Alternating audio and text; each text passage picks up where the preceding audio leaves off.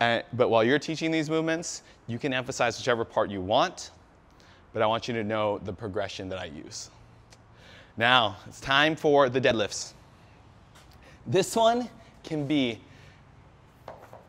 extremely tricky. If you've ever taught some beginners that just don't know how to control their body, they may, I won't name any names, but there's someone that I'm thinking of who gets stuck like in this position doing deadlifts. And that's okay. We're just not gonna load that person, all right? Hardly at all. So do your best to guide the group through the deadlift, especially if it's a beginner group. But if someone's straggling behind a little bit, you can do some make sure you're guiding the group first, and then you can come back to that one person and deal with them and their specific issues individually.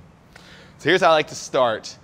You need to define what the neutral spine is before you tell people to make sure they maintain a neutral spine. So I'd say number one priority is that you maintain a neutral spine while you perform the deadlift. What does that mean? It means when you're standing up nice and tall, from your tailbone through the top of your head, there's a straight line connecting those 2 points. If you round throughout the spine, notice that's an arced path now, I'm rounding, or hyperextend, that is a violation of that neutral spine position, or flat back. You can use either one. And here's how you can define it just like that and keep going, or you can use this as a tool to get people to feel what that's like. Grab underhand grip with a PVC pipe. I want 3 points of contact. Here we go, we can go back with the hat. Upper back, tailbone, and the back of the head. Have people just stand here and say, now I want you to hinge at your hips. Keeping all 3 points in contact. How low can you go while maintaining those 3 points of contact? And then boop, it usually pulls off the tailbone first. And say, stop right there. Now come on up and let's reset, let's try it again. Now it picked up off your back. Now keep those 3 points of contact as you lower down, and you'll finally start getting people to be aware of what neutral spine means. All right, so that's neutral spine. I tell them number 2 priority when you're performing a deadlift is that you keep your weight in your heels. And that is important because it's going to engage this posterior chain, which is your hamstrings, your glutes, that lower back. It's all connected in the posterior chain. And we want to use that massive muscle group as opposed to a toe-y deadlift, which would be a more quad dominant movement. We want to sit back in the powerhouse of the posterior chain so we have more power. All right, so now we'll actually get into the deadlift. And I'm sorry, I always, for newbies, demo these movements before I explain the points of performance. So I should have demoed that for you guys first. So there we go, here's the demo. Deadlift, here, stand it up, boom. All right, so now teaching the movement, I say, all right, grab your stick about thumb's distance from your hips. We're gonna use that jumping stance. Excellent. Now from here, stand up tall, shoulders back. And I want you to make sure you maintain that neutral spine as you send your hips back, boom. And let this bar drag down your thighs to just above the knee and hold. And you'll see a bunch of people like this. You'll see a bunch of people like this. And you can give them the corrections they need, but make sure they get into this starting position or this midpoint position just above the knee, and it looks just how you want it to look. So shins vertical, shoulders slightly in front of the bar, and squeeze those glutes and come on back up. And I like to groove that top down from here to just above the knee multiple times. And giving them little cues along the way. So make sure that spine is neutral, stand up tall, reset, shoulders back, hips back, boom. Let that bar drag down to just above the knee as you screw those feet into the floor. So that when the bar is just above the knees are slightly pulling out to the side. Now squeeze your glutes and come on up. Excellent, and we'll try another one. Reach those hips back, screw those feet in, and lower down into that hamstring tension just above the knee, and squeeze those glutes and come on up. Did you feel that tension? So I kind of layer things on as they do this very simple drill, like screwing the feet in, knees out to the side, making sure they feel the hamstring tension, cueing them to squeeze their glutes to stand back up. Those are all the layers that are in just that tiny little piece right there. Next, once we're pretty comfortable with that, hips back just above the knee and hold. Good, everyone's weight's in the heels, knees are out to the side. Now maintain, weight in your heels, keep your back flat and drop straight down to mid-shin. And stand up, boom, you've done a deadlift. Now there's inevitably going to be some terrible movement happening in there. So it'll be up to you coaches to deal with that. But here's what I like to re-emphasize. Hips back, drop down just above the knee, hold. Now your back angle, I want you to keep it the same as you drop straight down to mid-shin. So back angle, keep it the same as you drop straight down to mid-shin, and come on up. Or another way you can describe that is your hips and your shoulders, I want them to drop at the same rate down to mid-shin. Good, and then stand up from there.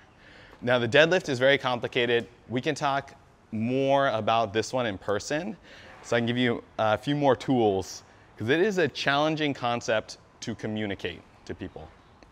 All right, that's where I'll leave it for now. You know what, last cue, sorry, last one. If you get a hopeless case, someone's just like this all the time, repeatedly, have the entire group run through this exercise. All right, everybody, stick your left thumb in your belly button, right thumb to the base of your sternum. Now bring those 2 points close together, and I'll do this. And now separate those 2 points as much as you can. Good, even further. Good, now hold that position here, send your hips back. Yes, that is the position I want you to be in when you perform a deadlift. And if I see you rounding, I'm gonna say, pull those points further apart.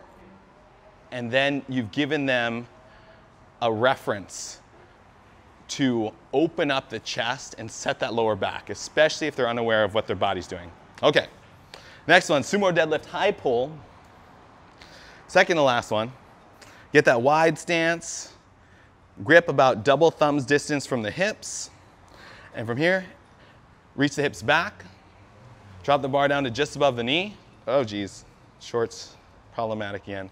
Now from here, drive the knees straight out to the side hard as you drop down to mid-shin and stand up. That's the basic version. Now going more in depth, I say stand up nice and tall, shoulder blades, keep them back. This is a deadlift, so neutral spine, weight in your heels. We'll build off those mechanics. Now keep those shoulders back as you reach the hips back, boom. Bar drags down your thighs as you reach those hips back to just above the knee. Knees drive straight out to the side, here. Good, you should be able to still feel that hamstring tension. If your butt's low, pick up that butt until you feel those hamstrings grab. Now leading with that chest up, you're gonna drive through the heels, stand. That's how I do the sumo deadlift high pull. And the proper stance, you can get people dialed in with this, is when you drive those knees out hard to the side, knees are either stacked directly above the ankles or slightly outside. Certainly not collapsing in like that. And with the knees back as well. So we want to be, the proper stance is hips back, knees right on top of the ankles, hamstring tension, chest up. Gah! Okay, that's sumo deadlift. Oh, we have to do the high pull. So do a few sumo deadlifts. Now the high pull, I have them start right here. And I want you to just pop and high pull. That's it. Pop and high pull, pop and high pull. And they can learn, you don't really need much more cueing than that.